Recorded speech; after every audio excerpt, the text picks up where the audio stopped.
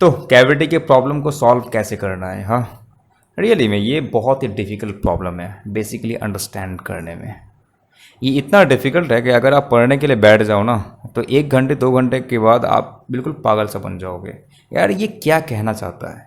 ये conceptually in principle बहुत ही difficult है अंडरस्टैंड करने में, बट मैं कहूँगा ये बहुत ही ईजी है। ओके, और दूसरी बात, if you want to prepare for IIT advance, अगर आप आईआईटी एडवांस के एस्पायरेंट हैं तो या मेंस नहीं, नीट नहीं, आईआईटी एडवांस में ज़रूर पूछते हैं। Because why? क्योंकि इनके प्रॉब्लम्स जो होती है वो बहुत ईजी होती है। एक पते की बात कहूँ, जो प्रॉब्लम्स कंसेप्चुअली बहुत हार्ड होते हैं ना, इसके काफ़ी हार्ड होती है अंडरस्टैंड करने में, उनमें जो प्रॉब्लम्स होती है ना वो बहुत सिंपल होती है। जैसे अब एग्जाम्पल के तौर पे अगर तुम देख लो वेक्टर्स को, कंसेप्चुअली समझना ईजी है तो हर जगह वेक्टर्स यूज़ होता है। इवन इफ अगर स्ट्रिंग के प्रॉब्लम को देख लो या फिर मोमेंट ऑफ इनर्शिया के प्रॉब्लम को देख लो, तो जहाँ मन तहाँ उन्हें घुसार देते हैं और उससे क्वेश्चंस डिफिकल्ट बनने शुरू होते हैं और आप बोलोगे यार क्या हो गया। बट कैविटी के प्रॉब्लम शायद 1 या 2 ही आते हैं, लेकिन it's kind of very difficult, very easy one, क्योंकि ये आसान होता है करने में। पेन भी उठाने की ज़रूरत नहीं पड़ती इस तरह के प्रॉब्लम को सॉल्व करने के लिए। देयरफॉर आईआईटी एडवांस के लिए ये बहुत ही बेस्ट टॉपिक है। दूसरी चीज़, अगर आप फिजिसिस्ट बनना चाहते हैं, जैसे अगर आपको फिजिसिस्ट बनना है तो ये तो भाई इस तरह के प्रॉब्लम को सोचना और करना बहुत ही इंटरेस्टिंग है और बहुत ही ज़रूरी है। दूसरी चीज़, ये प्रॉब्लम अपने आप में बहुत डिफ़िकल्ट है, कंसेप्चुअली इन प्रिंसिपल बहुत डिफ़िकल्ट है और इसे हम समझेंगे बहुत डिफ़िकल्ट तरीके से। बिकॉज लाइफ में जो बहुत सारी चीज़ें हैं वो कुछ डिफ़िकल्ट होती है और उनको करने का एक अलग मज़ा है। बेसिकली हम उन्हें करते इसलिए हैं, ये नहीं कि मज़ा ढूंढने के लिए, but that is necessary. Something we don't do for hobby but something is necessary. तो if you want to become a physicist you have to do it, it's necessary. तो चलिए इस प्रॉब्लम को कैसे क्रैक करेंगे। तो अगर आपकी एक्सपेक्टेशन है इस वीडियो से कि जल्दी मेरे को ये आंसर मिल जाएगा, सॉल्यूशन मिल जाएगा, या फिर मैं कोई प्रॉब्लम को ले लूँगा और आपको एक सॉल्यूशन दे दूंगा, तो ऐसी होने वाली नहीं है। To understand this complete scenario, ये एक जर्नी की तरह है, बिल्कुल एक नदी की तरह है। आप यहाँ शुरू होते हैं और बहते चले जाओ। जब शुरू होंगे तो थोड़ा एक्साइटेड होगा, बीच में बहुत बोरिंग होगी और एंड रिजल्ट में आप यही बोलोगे यार थोड़ा और लंबा चलना चाहिए था। बहुत ही इंटरेस्टिंग है और मैं ये कहूँगा कि and result is kind of very interesting और बहुत ही ईजी है। तो अगर आपको समझना है ये पूरे के पूरे चीज़ को, तो आपको बैठे रहना पड़ेगा। ट्राई कीजिए और कोशिश कीजिए कि इस पूरे वीडियो को अंत तक देखें, ठीक है। अदरवाइज आप जो फन पार्ट है वो बहुत ज़्यादा मिस करेंगे। और फन पार्ट इसलिए नहीं कि मैं जोक करूँगा, the fun part is in the understanding of this complete scenario, ठीक है। तो चले हम शुरू करते हैं।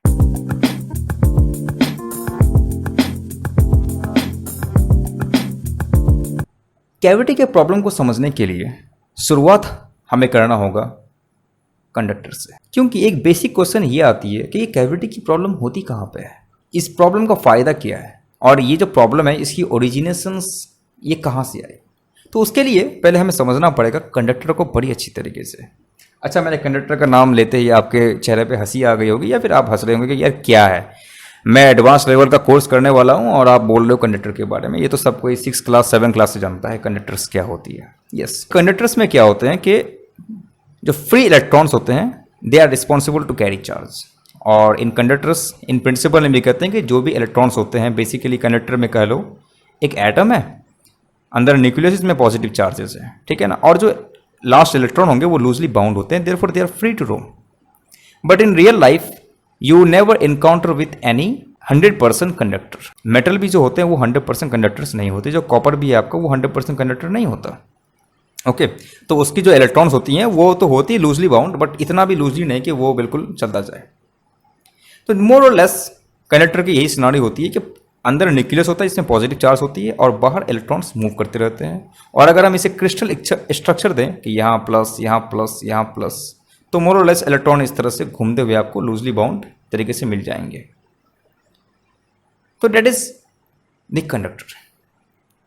अब कंडक्टर की एक बहुत ही इंटरेस्टिंग चीज़ें हैं, उसे हम समझते हैं कि कंडक्टर क्या। जब हम मान लेते हैं कंडक्टर की बात करते हैं तो कंडक्टर में अंदर की तरफ कोई फील्ड नहीं होता, E is equal to 0।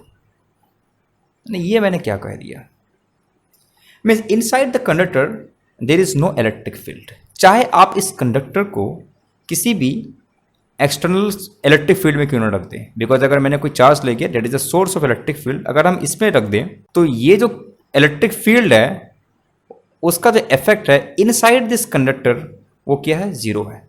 Inside the conductor always electric field will zero. आप बोलोगे यार ये कैसे हो सकता है, यस ये कैसे हो सकता है। तो चलें इसको समझने के लिए बड़ा ही इंटरेस्टिंग पॉइंट है। अच्छा, अब आपके दिमाग में ये भी होगा कि अगर ये कंडक्टर है तो क्या इसमें जो फ्री इलेक्ट्रॉन्स हैं ये तो अपने आप में एक इलेक्ट्रिक फील्ड पैदा करेंगे। तो अगर आपने बाहर से कोई इलेक्ट्रिक फील्ड नहीं दिया है और कंडक्टर को आपने बस सिर्फ ऐसे ही यूं ही रख दिया, प्लेस कर दिया, तो इनकी जो इलेक्ट्रॉन्स होती है वो अंदर में बेसिकली वो एक रैंडम मोशन में चलती है। उनकी मोशन रैंडम होती है, देयरफॉर ईच इलेक्ट्रॉन के साथ जो फील्ड एसोसिएट होते हैं वो एक दूसरे को कैंसिल आउट करेंगे, therefore the net electric field is always zero. तो कंडक्टर्स को अगर कोई इलेक्ट्रिक फील्ड के सोर्स में नहीं रखा जाए तो उसमें जीरो होगा। बट द थिंग इज अगर हमारे पास कोई सोर्स है जो बाहर से दिया हुआ है, still inside electric field is always zero. Why? तो मान लीजिए हमारे पास एक कंडक्टर है और हमने कोई इन्फ्लुएंस दिया, लेट अस सी एक इलेक्ट्रिक फील्ड दिया। कंडक्टर्स में चारों तरफ इलेक्ट्रॉन्स ही होंगे, देयरफॉर जब इलेक्ट्रिक फील्ड होती है तो हमारे पास एक ये आती है कि अगर पॉजिटिव चार्ज होंगे, ओके, तो पॉजिटिव चार्ज इलेक्ट्रिक फील्ड के टुवर्ड्स जाएंगे और नेगेटिव चार्ज वहीं पे रह जाएंगे, उसके एंटी जाएंगे। मीन्स के इलेक्ट्रिक फील्ड अगर हमने यहाँ लगा दिया, positive charge will go away and electric field यानी negative charge will go this side. तो मान लीजिए यहाँ पे कोई भी इलेक्ट्रिक फील्ड है, सब एक अप्लाइड इलेक्ट्रिक फील्ड की वजह से ये सब एक ओरिएंट में आ जाएंगे। और plus charge, basically plus charge क्या है, ये प्लस चार्ज जो है ये जो न्यूक्लियस है, ये जो न्यूक्लियस में जो दिख रहा है ना प्लस चार्ज, ये है, तो ये एसोसिएट होंगे एक तरफ, और जो नेगेटिव इलेक्ट्रॉन्स हैं वो क्या होंगे, एसोसिएट होंगे दूसरी तरफ।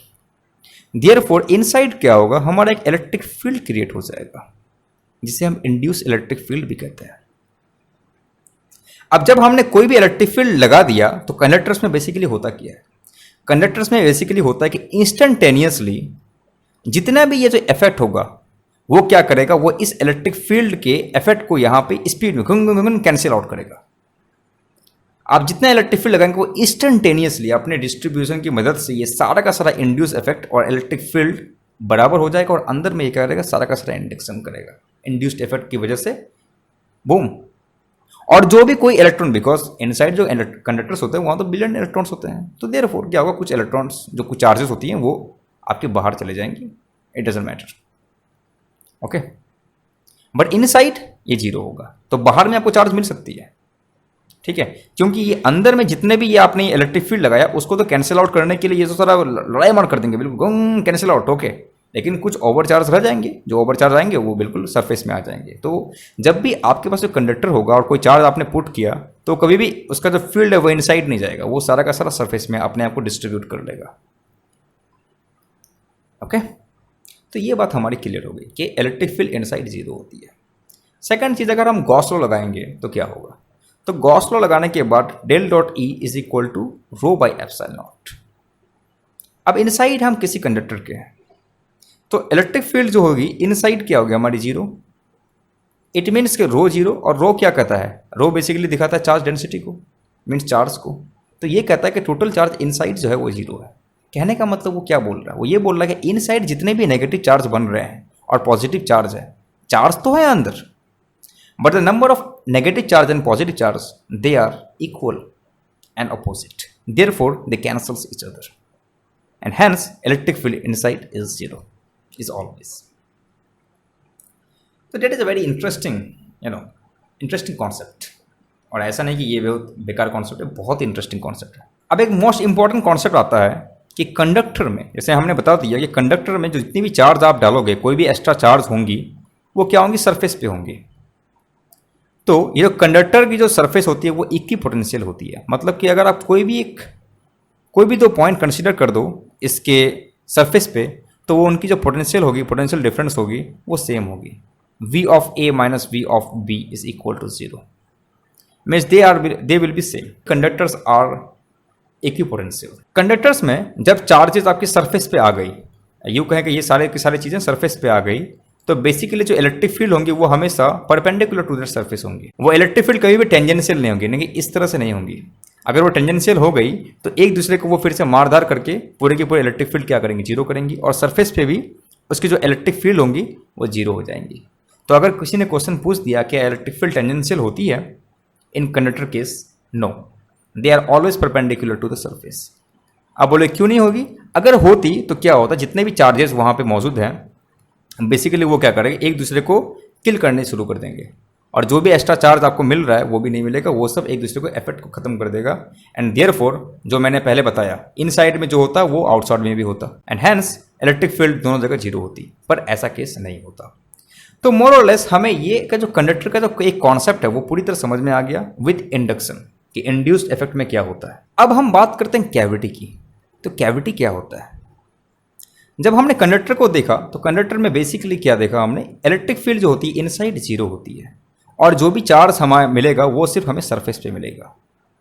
तो मान लेते हैं ना कि हमारे पास कोई एक इस तरह का शेप में, जैसा भी शेप क्यों ना हो, एक कंडक्टर है, और बेसिकली हम क्या करते हैं, यहाँ पे हमने कोई कैविटी बना दिया। ये कैविटी में अब देखना कि ये इनसाइड हमेशा जीरो होगा, बिकॉज ये टोटल क्या है, ये जो ब्लैक कलर में है वो सब पूरा इनसाइड जीरो, इसके अंदर नहीं मैं बात कर रहा हूं। In this thing it is not zero. यहां जो होगी इलेक्ट्रिक फील्ड क्या होगी, वो जीरो होगी। ओके, अब इस अंदर में मैंने क्या किया, एक चार्ज को प्लेस कर दिया। Now I have put a charge inside a cavity. अब क्या सिनारियो होगा, क्या चीजें होंगी यहाँ टेक प्लेस करेंगी। तो ये जब क्वेश्चंस आता है ना बहुत डिफिकल्ट होता है, बिकॉज इसमें ऑब्वियसली क्वेश्चंस हम करेंगे जो कि लास्ट तक आप बने रखें, और हम क्वेश्चंस करेंगे। तो हमने कैविटी ड्रॉ कर दिया यहाँ पे, और कैविटी में एक चार्ज हमने रख दिया, क्यू को प्लेस कर दिया। ये चारों तरफ आपके पास क्या कंडक्टर है, देयरफॉर वी नो कंडक्टर में क्या होगा, इलेक्ट्रिक फील्ड होगी इनसाइड जीरो। अब इस चार्ज को जब हमने पुट किया तो इसमें होता क्या है, अगर आपने इस चार्ज को पुट कर दिया तो पहले क्या होगा कि इस चार्ज की वजह से ये हमें क्या मिलता है, एक वॉल मिलता है, कैविटी वॉल मिला। तो इसकी अपनी एक फील्ड होगी, और हमने ऑलरेडी कहा था कि जैसी फील्ड होगी तो अगर ये पॉजिटिव चार्ज है तो क्या होगा, इलेक्ट्रिक फील्ड होगा, और इलेक्ट्रिक फील्ड होने की वजह से जितने भी नेगेटिव चार्ज क्या होंगी यहाँ बनेंगी, है ना। ये सब पहले केस हमने देखा, और पॉजिटिव चार्ज अभी जाएंगी, चले गई अभी, क्योंकि इससे कुछ फील्ड तो निकलेगी ना, बट खेल यहाँ होता है।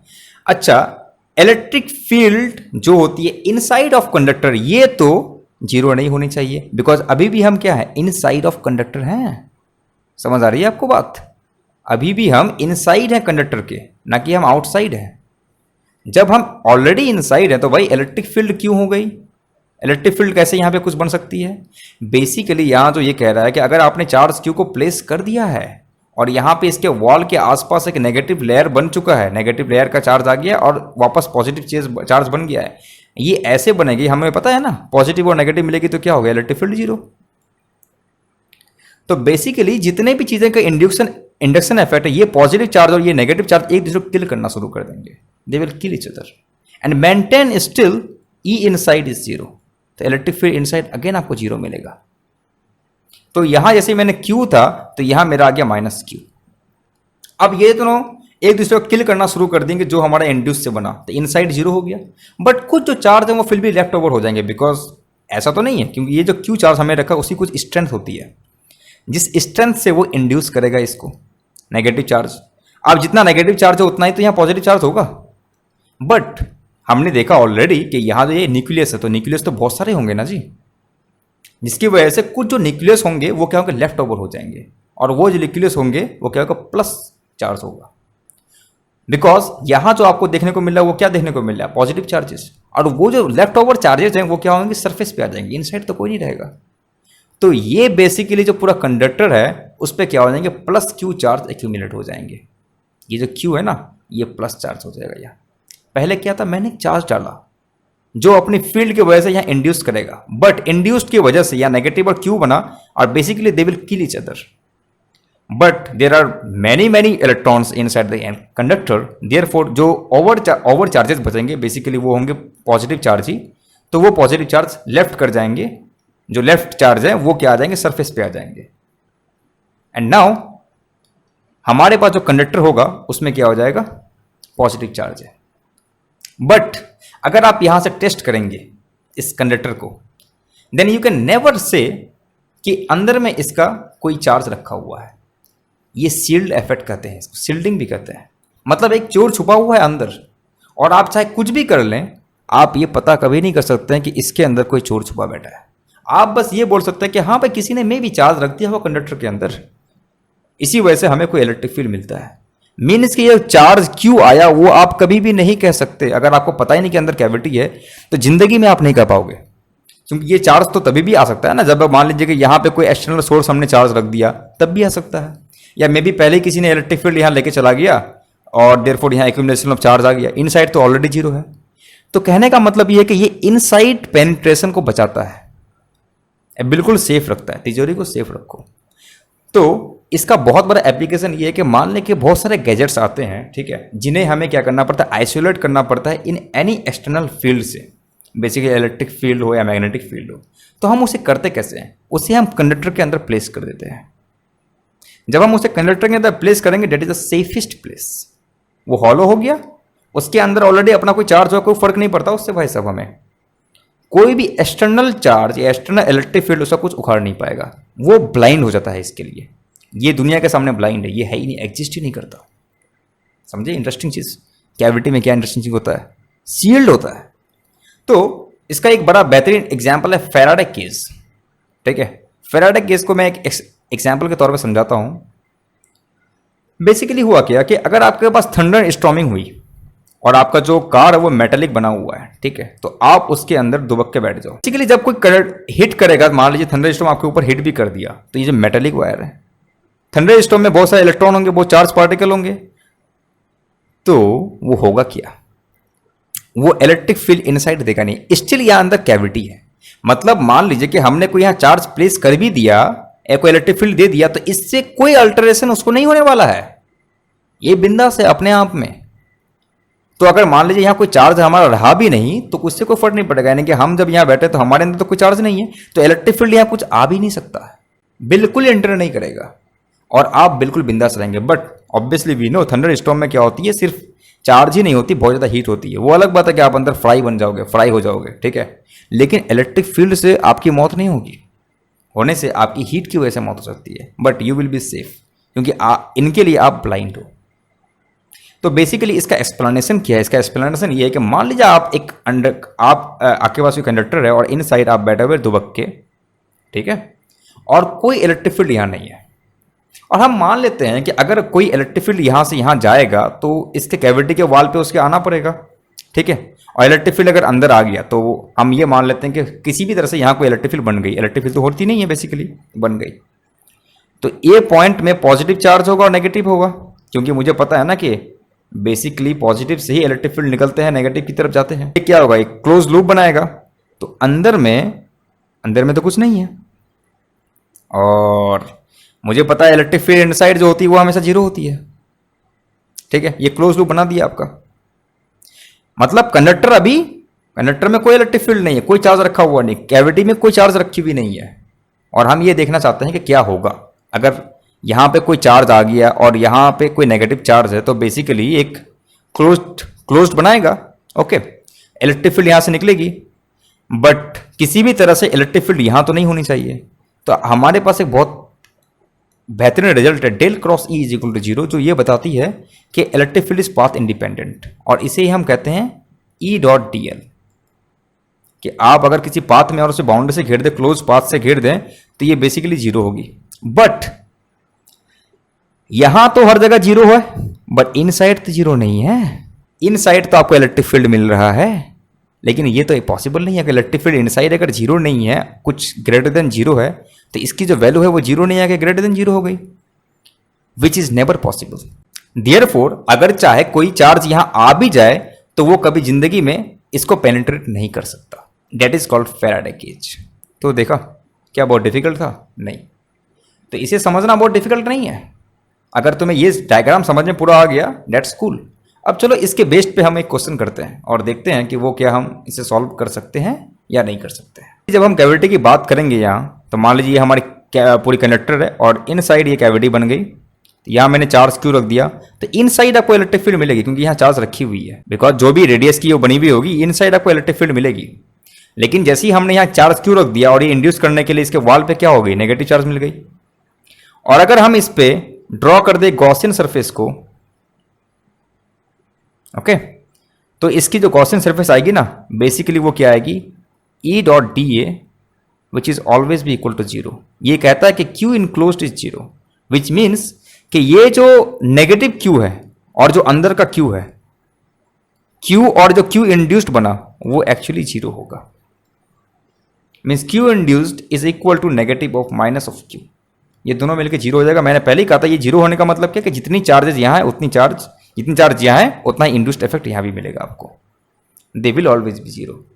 तो इसके बाद इलेक्ट्रिक फील्ड हमारे साथ हमें जीरो मिलेगी, ठीक है, अगर हमें सिर्फ इसको ही क्लोज किया तो। ओके, और इनसाइड कैविटी, इनसाइड जो है वो हमें इलेक्ट्रिक फील्ड मिलेगी।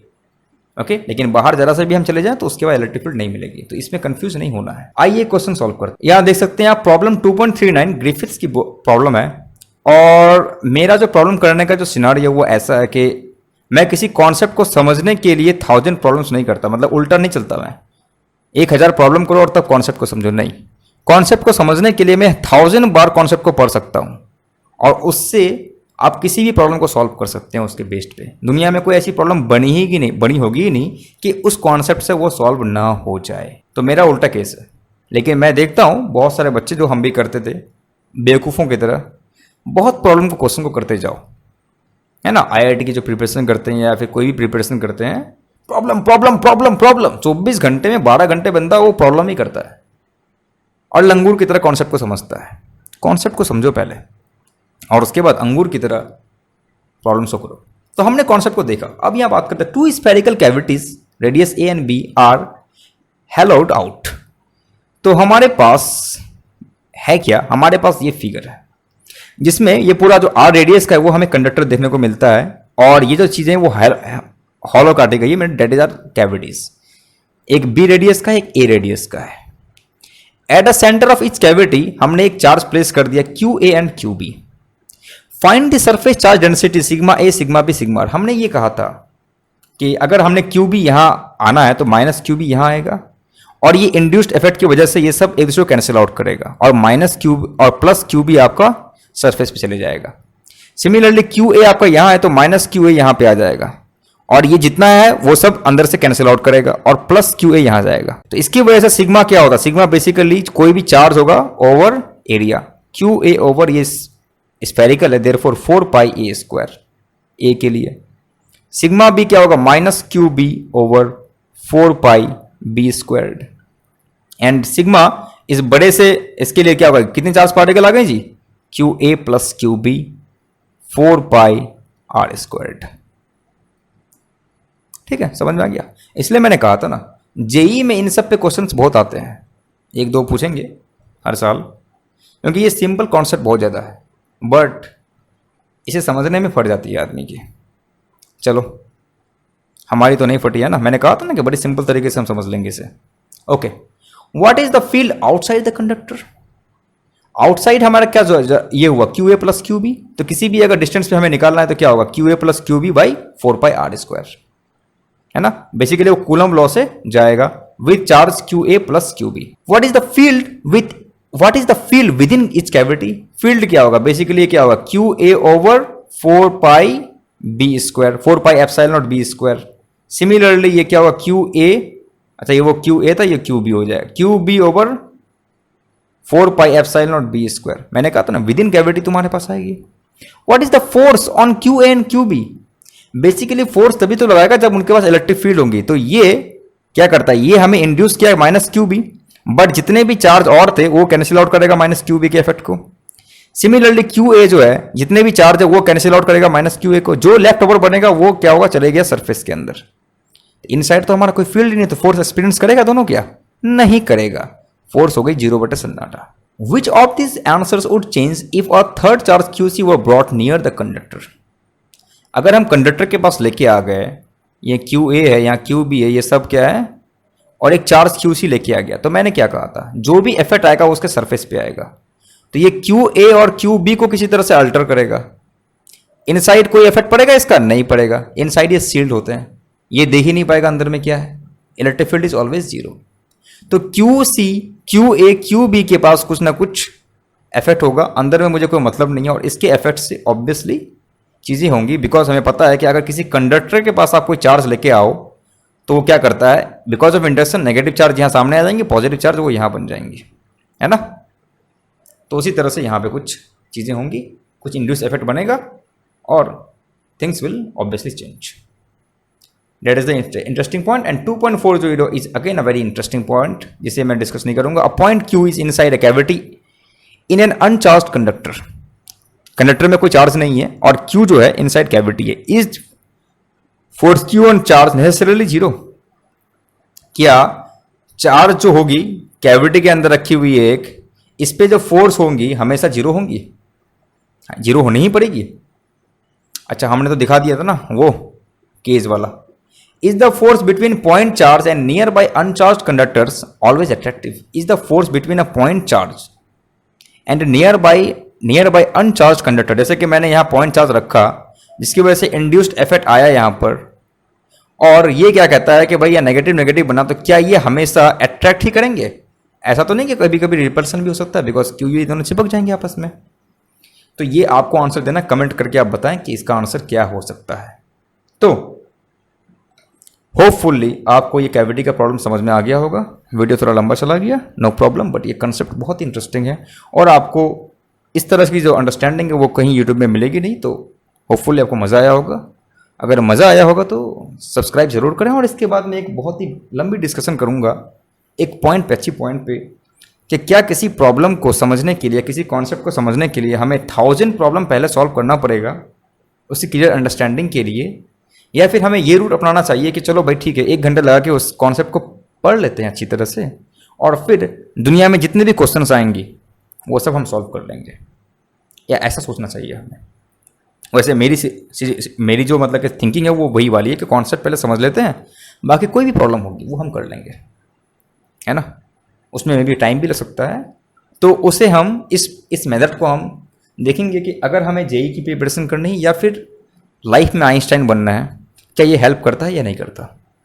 तो अगर आपको वीडियो देखनी है तो आप कमेंट ज़रूर करें और let us see. Okay, see you letter.